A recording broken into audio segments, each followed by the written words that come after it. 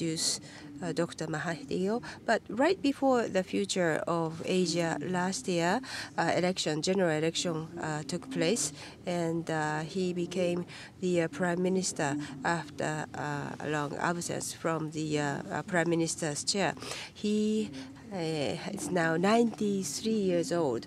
For 22 years, from 1981 to 2003, now he served as a prime minister. In 2015, now he again became the head of the states, leading a PH. So the future of Asia started in 1995, so celebrating 25th anniversary. And Dr. Mahathir has been with us from the inception with Mr. Lee, so that this is the 21st time that he's been here as a guest for the future of Asia. Then many of you are always looking forward to hear his opinions, and I've been the person to do the dialogue almost 4 years, but somehow he's becoming even more upbeat and also lively, and even though he's aging, it seems like physically it is reversing, so that now it's just 1 year after he assumed the position of a prime minister. We would like to hear from the U.S.-China frictions, and also what will be the positioning of the Malaysia in the world community. So let's invite Dr. Mahathir.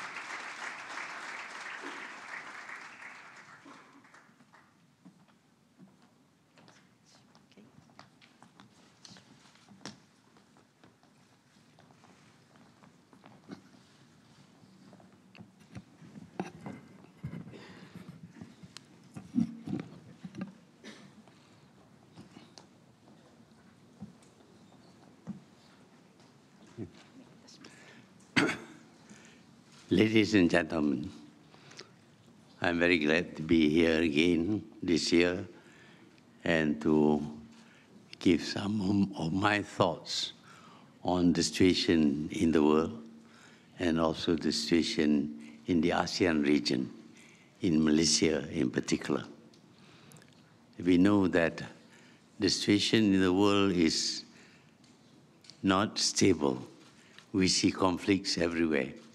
We see problems in Latin America, in North America, in Europe, in Asia, in various parts, certainly in the Middle East. It is a very unstable situation. There is a confrontation between America and China, and all these things are not good for the whole world. We are all affected, even if we are not part of the contestants. Because two giants are fighting each other, and as they say, when two elephants fight, it is the grass that gets trampled under, or whatever creature that is underneath. This is happening now, and obviously the old order has failed. We need a new world order, but we have had several new world orders, and they seem all to have failed. And they have failed because we are still quite primitive. We are still relatively uncivilized. We think that conflicts can be resolved through confrontations, through war, through the destruction and the killing of people. And we have seen that in the last war, when 7 million people were killed, we did not achieve any good results for anybody. It is during peace that the countries were all able to develop. Certainly, Japan, Germany benefited from the peace ensuing after the last war. Here we need to think again about how we think about our relations with each other. do we always go back to history and say that, well, in the past we were enemies, and therefore we should continue to be enemies. We should continue to confront each other, and if necessary, go to war with each other. This is very primitive thinking, because if you look back to the past, all of us have got conflicts with each other. For example, Malaysia had conflicts with Thailand, but today we are at peace with Thailand.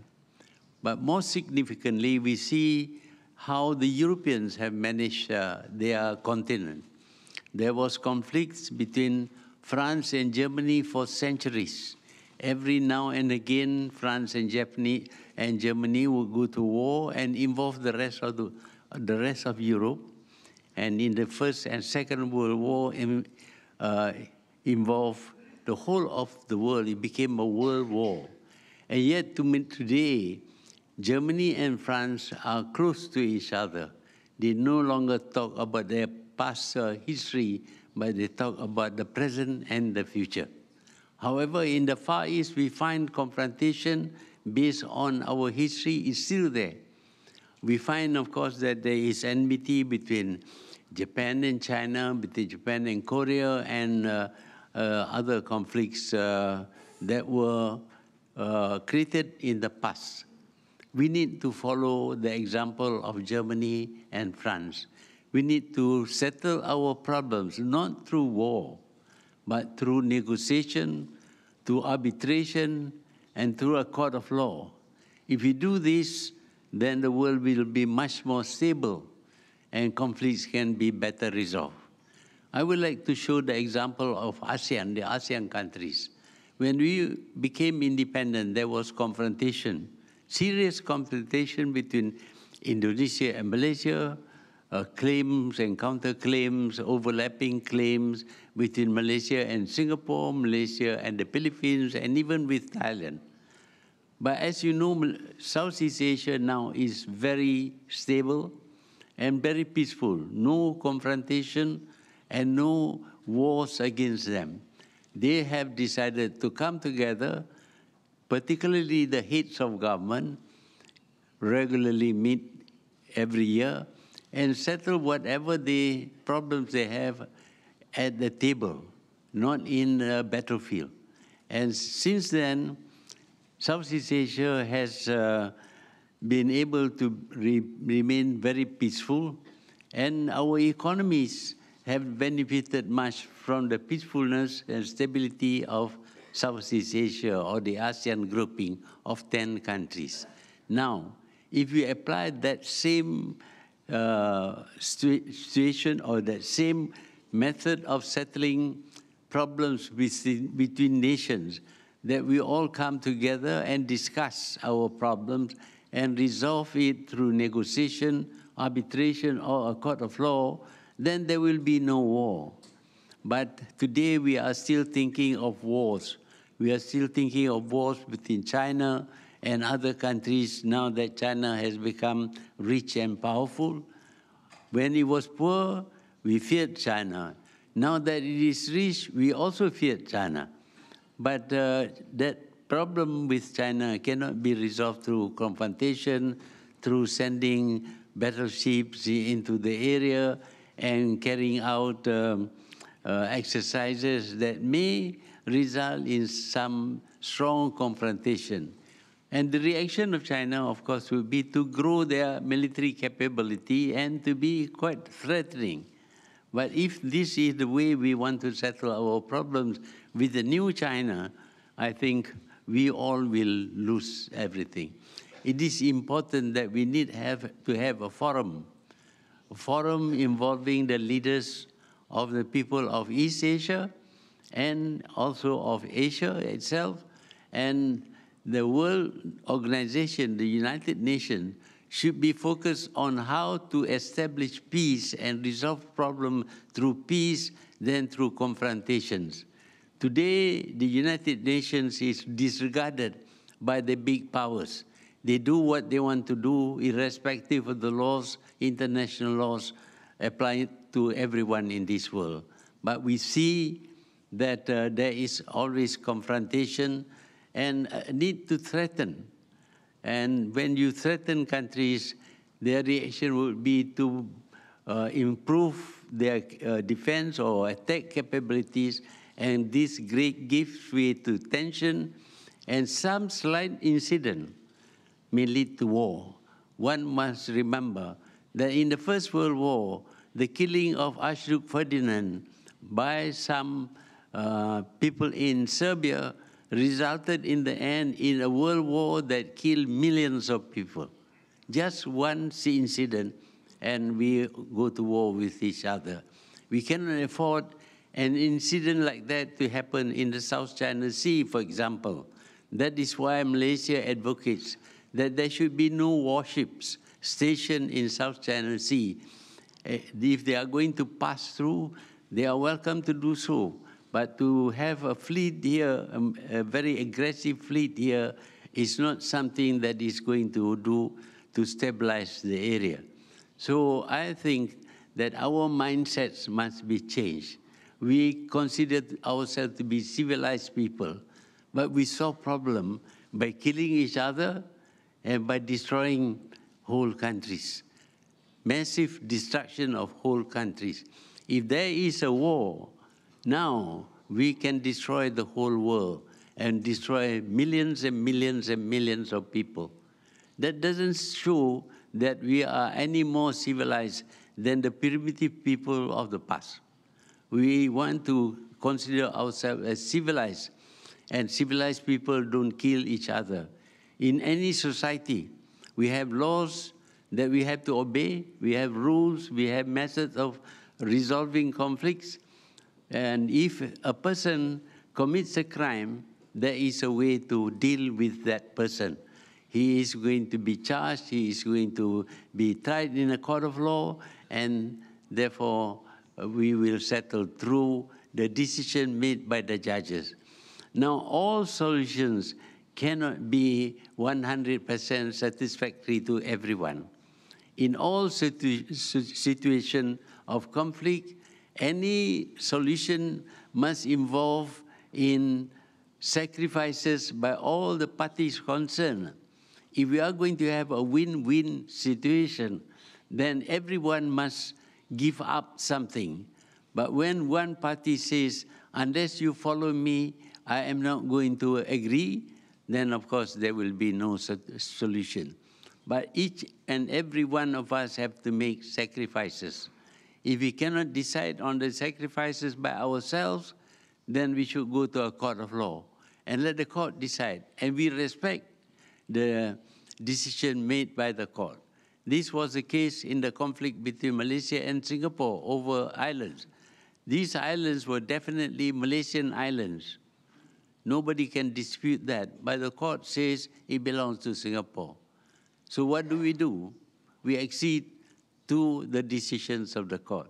And it was the same with Indonesia, where there was overlapping claim between Malaysia and Indonesia on 2 islands, and the court decided that the islands belong to Malaysia, and Indonesia, despite feelings of unhappiness, have to accept the decisions of the court. That is the way of civilized people. If we resort to war and we keep on increasing our capacity to kill and destroy, then we cannot call ourselves a civilization. The world is still very primitive in the sense that they cannot resolve their problem except by confrontation, by violence, by destruction, by killing huge numbers of people. So if we want to have a new world order, then the first thing that we have to decide to is that all conflicts must be decided at the table. We must negotiate, and we must be prepared to give up something in order to reach agreement. If any party does not want to give up anything at all, but insists on having its own way, then there will be no settlement. So we have to accept that a win-win situation does not mean that we get everything that we ask for. It means that we have to sacrifice something so that the other party will be willing also to make sacrifices. That's the way for the world to go. Now, Malaysia has recently changed its government after 61 years of being ruled by a single party. We changed the government through the process of elections. It was thought that the opposition would never win. But the fact is that the people came out in masses and showed that they want change, and they voted for the opposition, and now the opposition is now the government. Of course, a lot of adjustments have to be made, but the fact is Malaysia has changed its government without violence, without a single person being killed.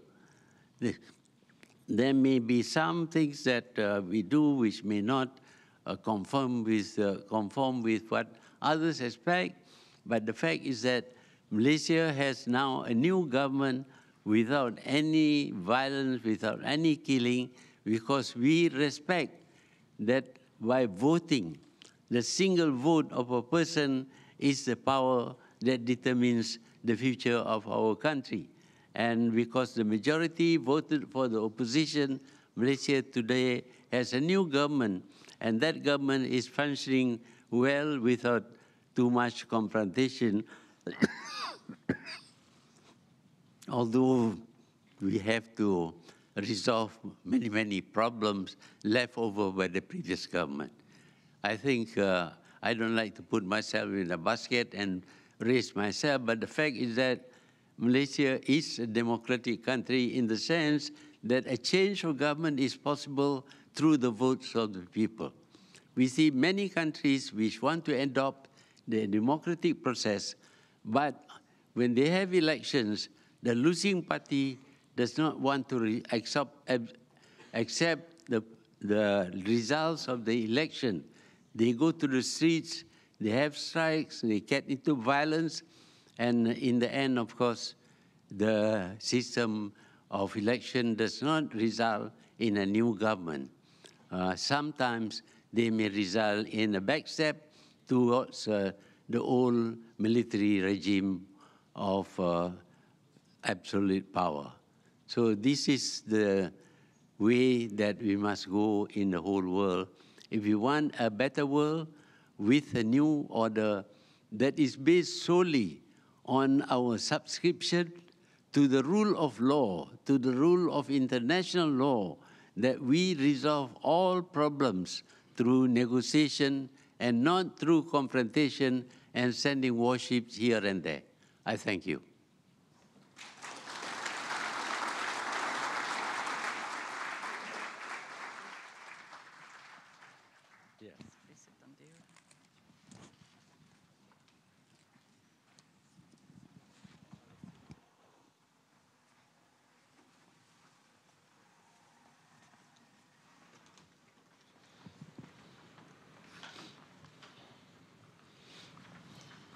Mahathir-san, ありがとうございました。Thank you, Dr. Mahathir.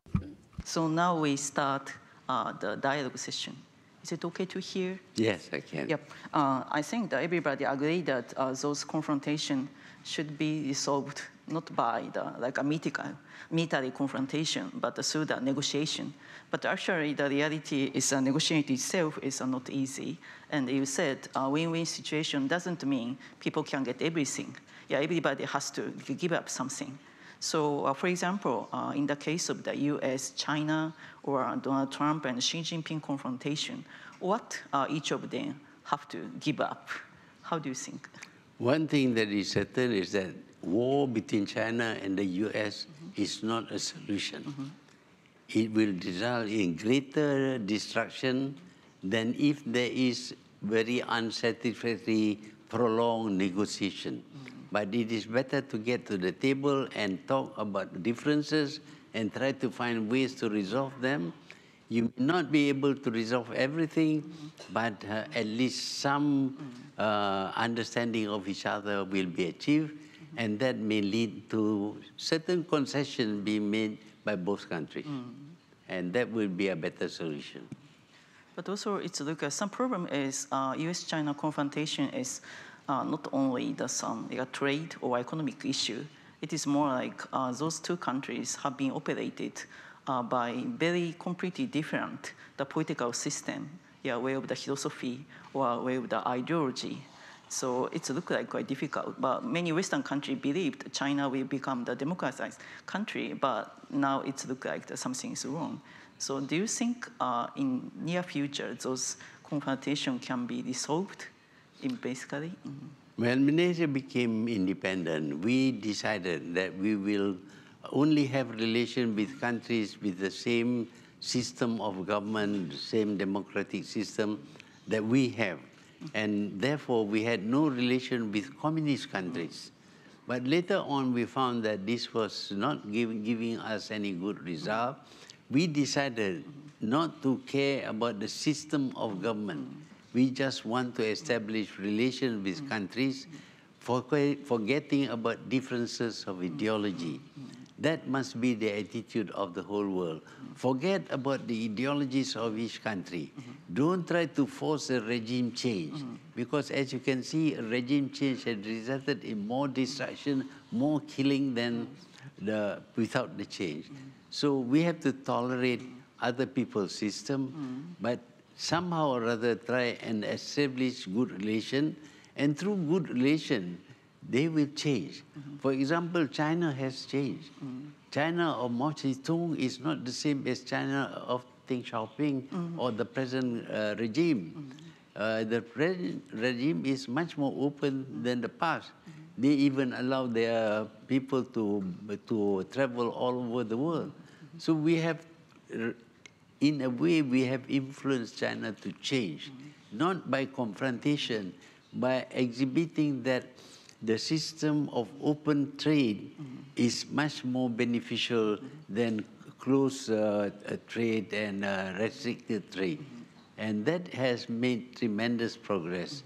And I think over time, we will learn from each other. We'll take what is good from the West, and we'll take what is good from the East, and somehow find a way, a middle way that will be good for everyone. But what could the United States give up something? Do you have any idea? Yeah. The United States prospered because most of the American companies invested in countries, poorer countries where the cost is lower, and that includes China. Many United States companies are operating in China, in Malaysia, and in other countries, basically to produce the components and parts that goes into the products of the United States. And because of that, the United States product become competitive in the world. But if all these parts, all these industries are located in the United States, the cost would be prohibitive. And the products of the United States will not be able to compete with the products of Eastern countries. This happened when Japan first showed that Japan could produce all those kitchen appliances at a lower cost, and we push out all the product of the West, and even motor cars. Japan was able to compete with the West because of Japanese work ethics and perhaps lower wages in the first place. But if the United States wants to do everything in the United States, the cost would be prohibitive and the products will be not competitive. However, there are certain areas where the United States will excel. We know that they build fantastic airplanes, for example. Their engineering capability, their skills are very, very high. And this they have to be the reason why they can compete in the world. Don't try and compete in areas like making kitchen appliances and all that to sell to the world. Each part of the world must learn what is its principal strength and concentrate on that, and not try to compete in areas where really it cannot excel. Today, Malaysia exports a lot of components. We have a positive balance of trade with the United States, but that is mainly due to American companies producing parts and components in Malaysia for export to the United States, to be included in products of the United States. Yeah, as you said, now the supply chain is very complicated, and a lot of nations are involved. So, but for example, now the United States now ban the Huawei products, to buy it, but also don't allow the U.S. company to sell the components to the Huawei. And it's also involved a lot of the Asian companies who supply the components to the Huawei. It might include the Malaysian company probably. But how do you think this policy will effective or not? Well, there will be ups and downs. At one time, somebody may be more competitive in one field, but less competitive in other fields. At another time, there can be a change. For example, today, the East has learned all about research and development. So it is no longer a question of copying products from the West. Initially, they copied products from the West, but they then produced better products, and their research enabled them to produce even better products. In the telephone field, for example, Korea, Japan, and China spend much more money on research and development than probably Europe and the US. And therefore, they have improved on the products. The world must accept that that is a capability of the East as much as before we expected everything from the West. Now it is coming from the East. Now, what the West should do is to accept the products of the East in that field and try to excel in their own way. If not in that field, but find other areas where you have some competitive advantage. Yeah, but how to build the win-win situation with China is also important for every country. And since you came back as a prime minister, you negotiate some project with China.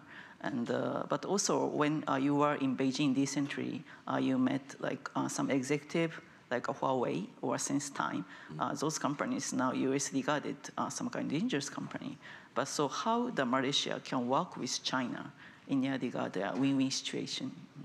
Well, in the past, we regard America as a dangerous company because they have superior military capabilities. They can force people to do regime change. If you don't, we'll punish you. Yeah, but now China has excelled in one particular field, in scientific research. The US must compete with China. But at times China will win, at other times the US will win. US has got good capability to do research and development in the past. They must accept that that capability can also be found in the East. But you want to have a situation in which you are always ahead.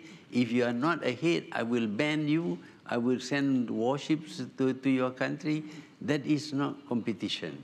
That is threatening people. That is not the approach that we should use. Yes, I understand Huawei has got tremendous advance over American technology even. Normally, when a country develops missiles to attack another country, that other country develops defense capability to stop the missile. And then the missiles are improved so that they can penetrate the defense system, and the defense country then improve their defense system.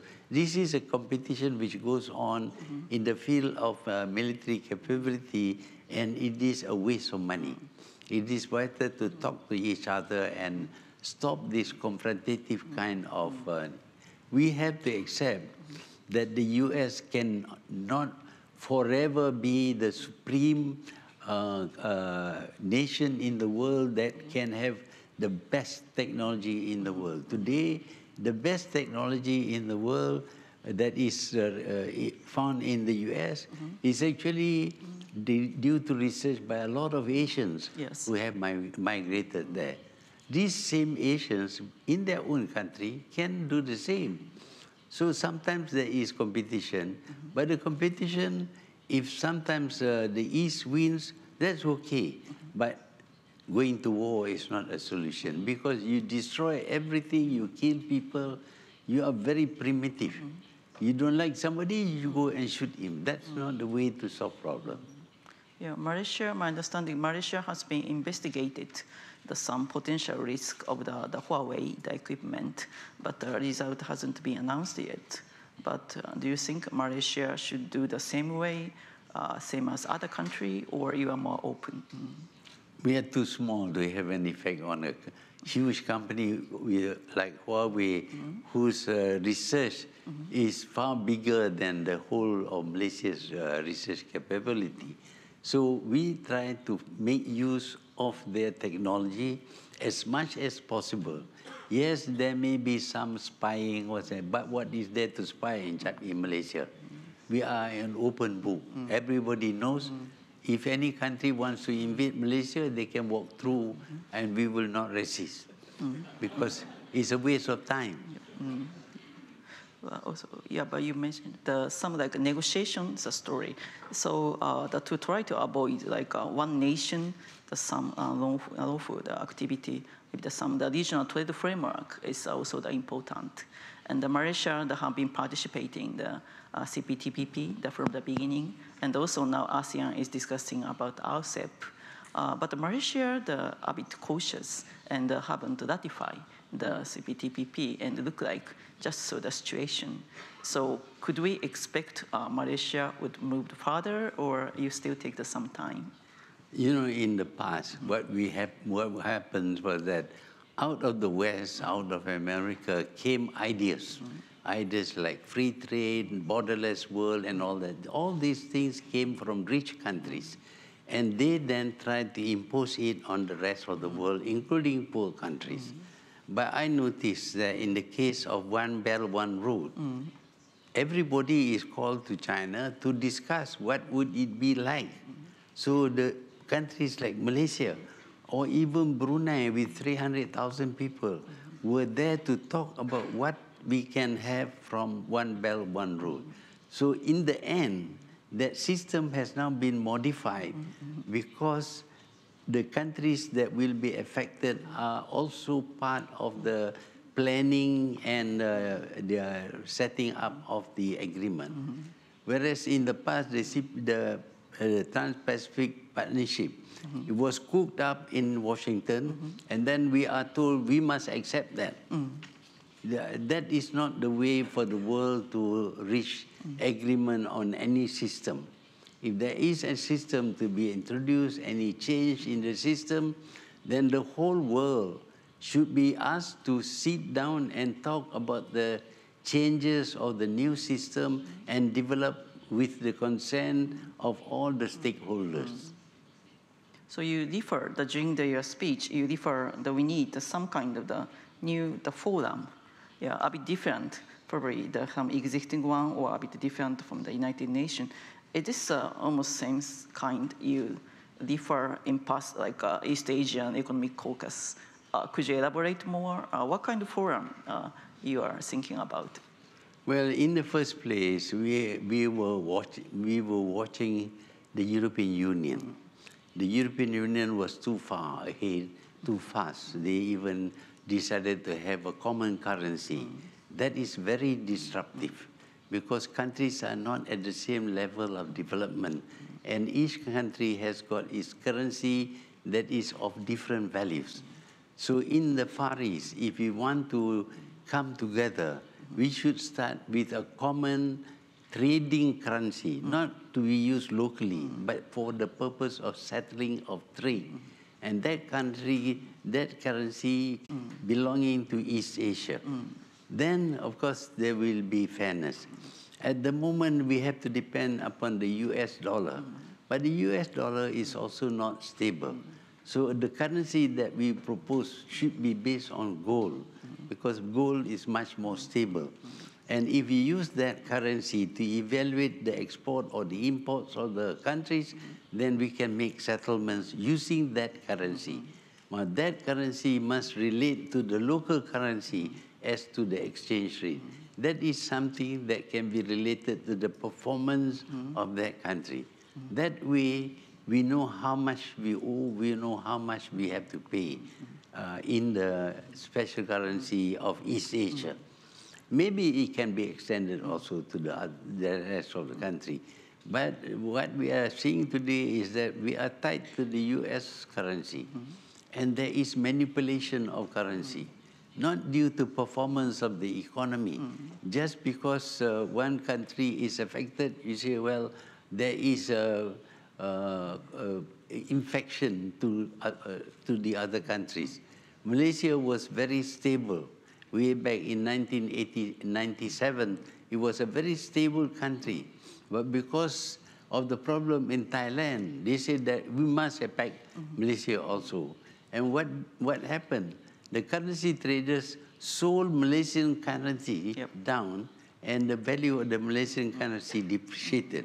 It is not even the money that they have. They never had any Malaysian currency. But nevertheless, they were able to sell huge quantities of Malaysian currency.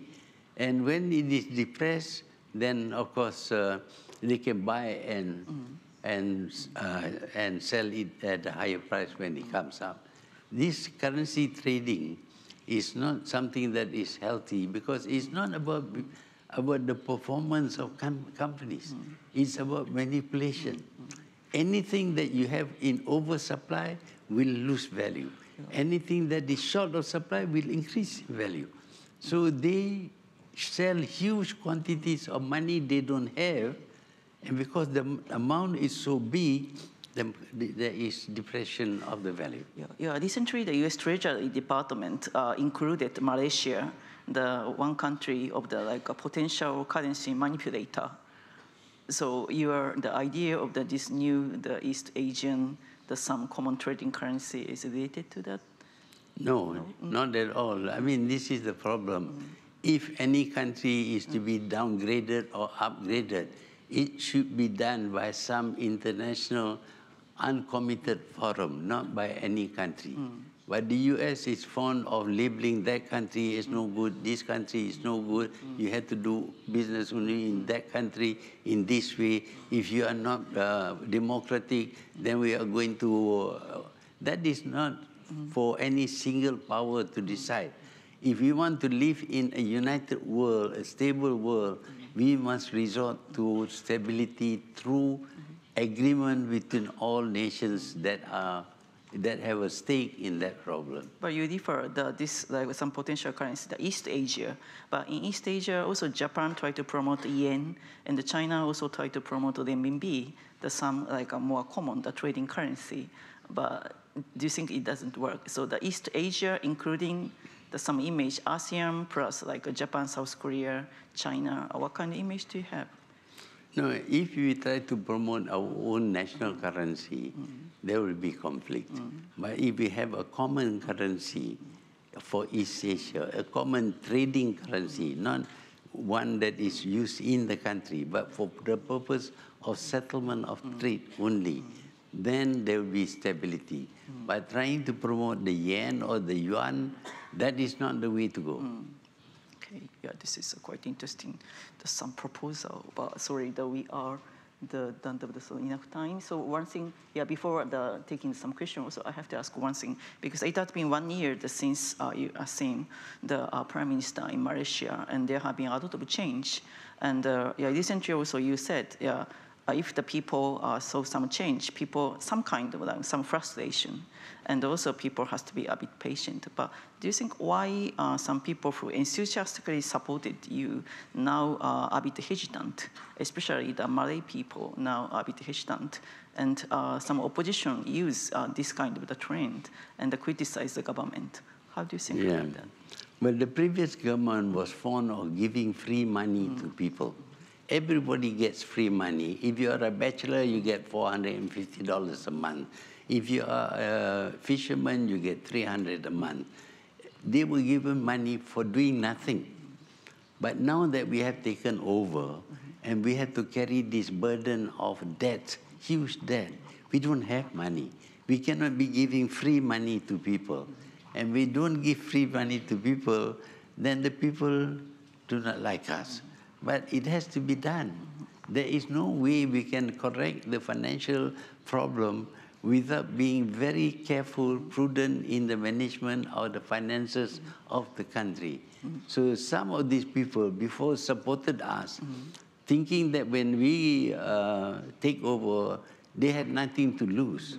But initially, they will lose the kind of free money that was given by the previous government, which in fact stole the money and gave. We want to correct this. A country where the people depends upon the government for free money will never grow. But a country where the people work hard to create wealth, that country will prosper.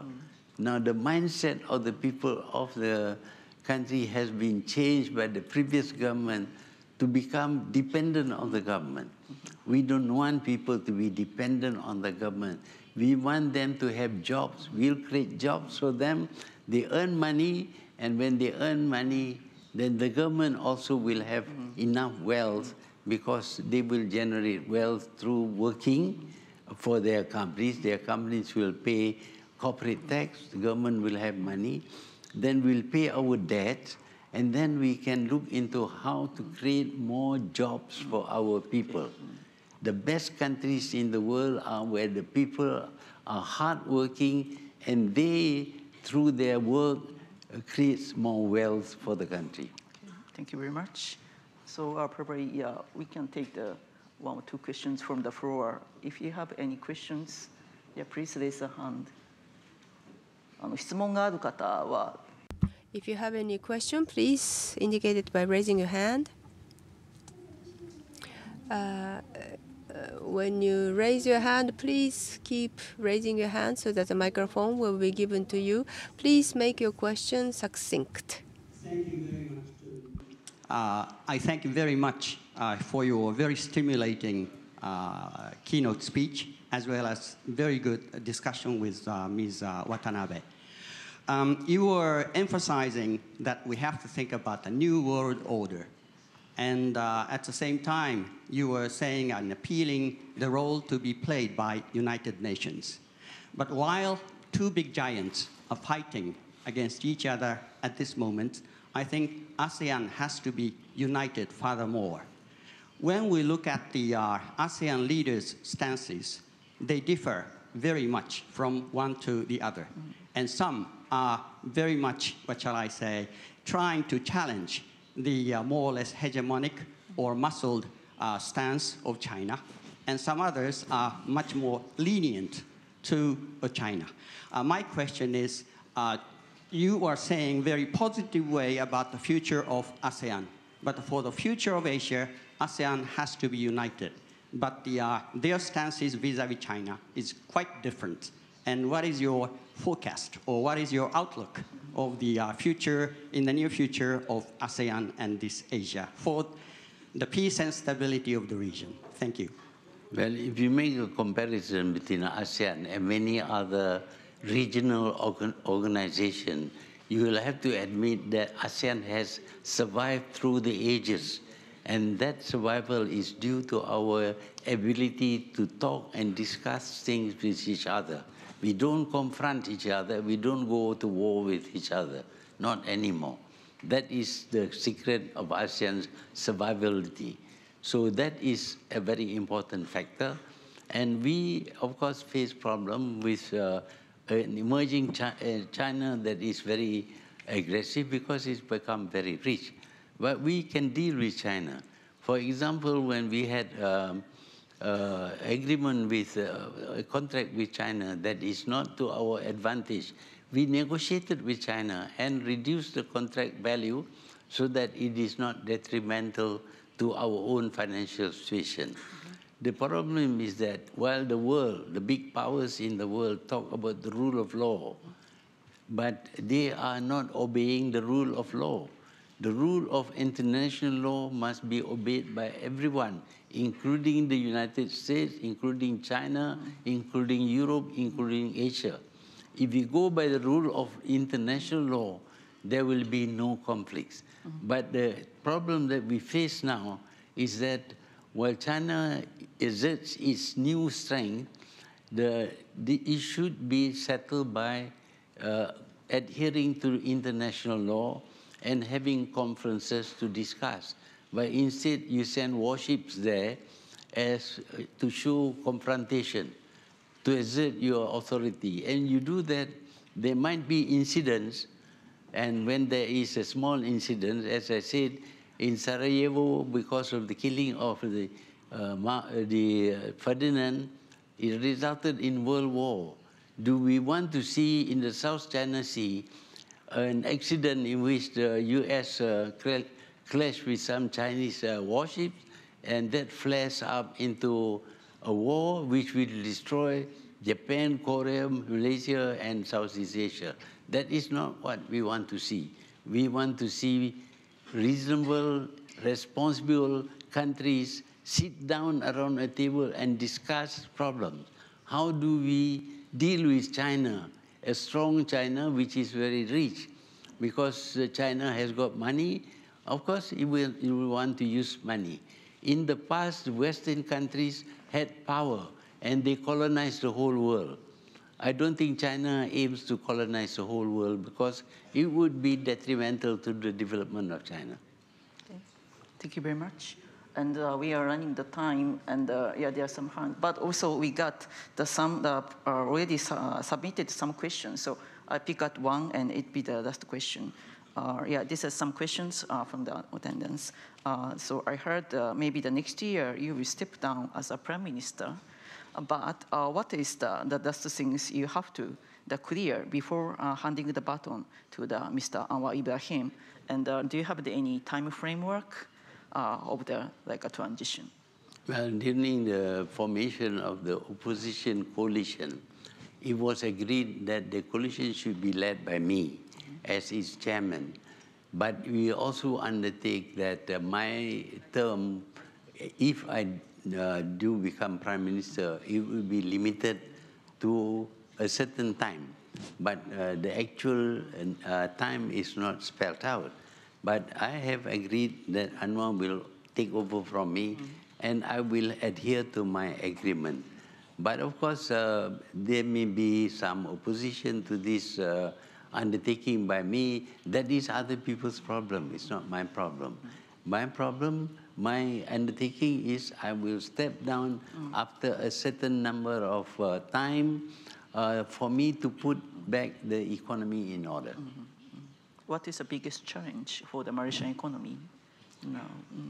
We need to reduce the borrowings to a certain level where our money, the government's money, can be used for a lot of development that is needed.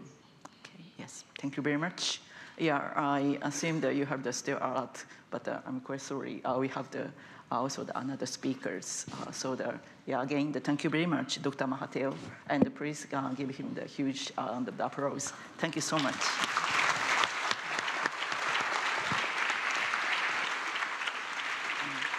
Thank you. マハティール・ビン・モハマド首相、どうもありがとうございました。皆様どうぞご着席のまま大きな拍手でお送りください。 Prime Minister Mahathir, thank you so very much, and so please see him off while being seated. Please remain seated, and with a big round of applause, please see off the Prime Minister.